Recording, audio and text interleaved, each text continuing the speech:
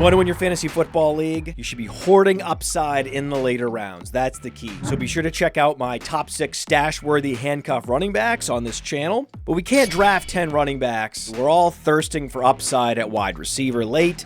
So here are 5 wide receivers that ooze maximum upside later on in fantasy drafts. In the final rounds, number 5 is Marvin Mims.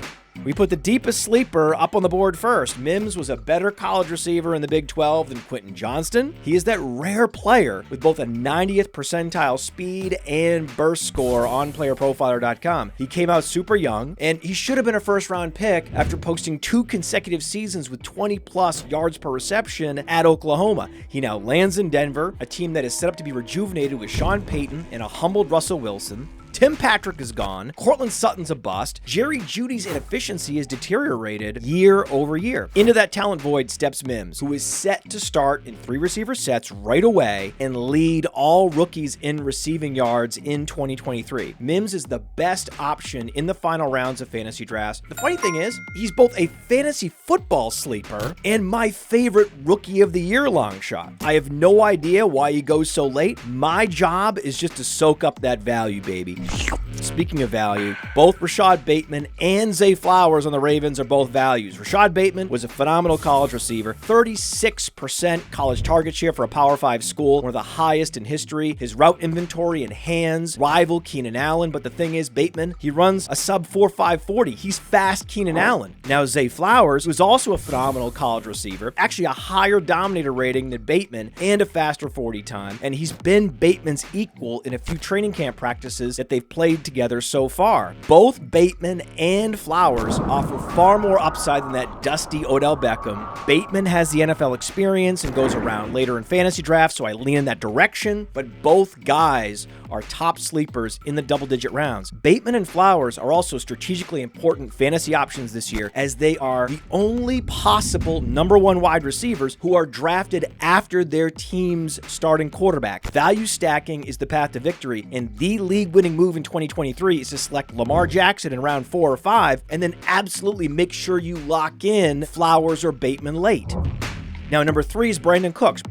We don't just tout young players. He put up 1,700 yards in college 10 years ago. Then he's had 6 1,000-yard seasons in the NFL. He's both a field stretcher and a possession receiver. He's been blessed with great quarterback play for most of his career, but 2023 Dak Prescott could be the most prolific of all. The Cowboys have finished top 5 in pace of play the last 2 seasons, and their offensive moves suggest the team is only getting more pass-happy in 2023. This offseason has also been the first time since 2020 that Prescott has not been rehabbing his legs, his hips, his shoulder, his elbow. Head, shoulders, knees and toes, knees and toes. 2020 also happened to be the last year that Dak Prescott led all quarterbacks with a staggering 28 fantasy points per game. That was in September and October, as he missed the rest of the season. Dallas needs to keep those dials turned up on the passing game, and they will, because the NFC East is only getting more competitive. With surefire shootouts up and down the schedule, Brandon Cooks projects to put up personal bests in routes run, in receiving yards. Draft this Spike Week specialist in round 8 or 9 every damn time. Now, number 2, it's Elijah Moore. Elijah Moore is one of the most dominant wide receivers in the history of the SEC, posted an astounding 42% dominator rating in his final year. In those years prior at Ole Miss, he was commanding targets while sharing a field with A.J. Brown and DK Metcalf. In his first year in New York, he posted a 42% route win rate, which ranked number 9 among qualified receivers on Player Profiler. And that year, his target premium, which factors out quarterback play, ranked number 17. That's good. We have years of data telling us Moore is good at football. Garrett Wilson's arrival clearly tilted him last year, but he was blessed with a fresh start in Cleveland. He's been flashing throughout preseason with Deshaun Watson, who's avoided the tabloids, and he's teed up for a major bounce-back season with Deshaun Watson. This could be the highest scoring division in all of football. The number 2 job is wide open in Cleveland, and also recall that Amari Cooper posted just 37.2 fantasy points in December. That was his only full month with Deshaun Watson last season. Becoming Cleveland's number 1 wide receiver is absolutely in Elijah Moore's range of outcomes.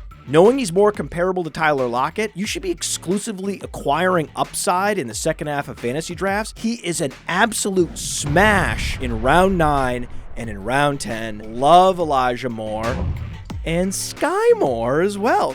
Sky Moore was a dominant college receiver, the first non-Power 5 conference wide receiver to come out of college early since Devontae Adams. Is a trivia nugget for you. Though Adams face-planted in his first 2 seasons before breaking out, looking closer at his comps, Sky Moore is comparable to Golden Tate, comparable to Christian Kirk. Both took time to break out at the NFL level. The funny thing is, Sky Moore started his breakout during the NFL playoffs as a rookie. Remember, he commanded 7 targets against the Bengals in the playoffs. Now this summer, Sky Moore has been taking all the snaps in the slot with Patrick Mahomes in training camp. It's been the worst kept secret in the NFL that Sky Moore has taken over that Juju Smith-Schuster role in Kansas City, except that Moore's ADP has not fully adjusted yet. That Juju role was good for 78 catches and close to 1,000 yards last year, a couple extra touchdowns, and Juju would have been a top 30 wide receiver in fantasy. He was never fast, the lower body injuries only degraded his explosiveness, and yet Juju was relatively productive. Sky Moore will be more productive. He ran a 4.4.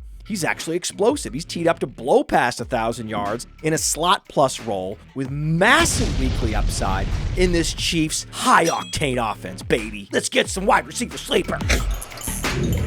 And if you like that video, smash the like button, smash the subscribe button. More Player Profiler, more The Podfather, more my friends. Let's do this. It's fun. Football, yeah!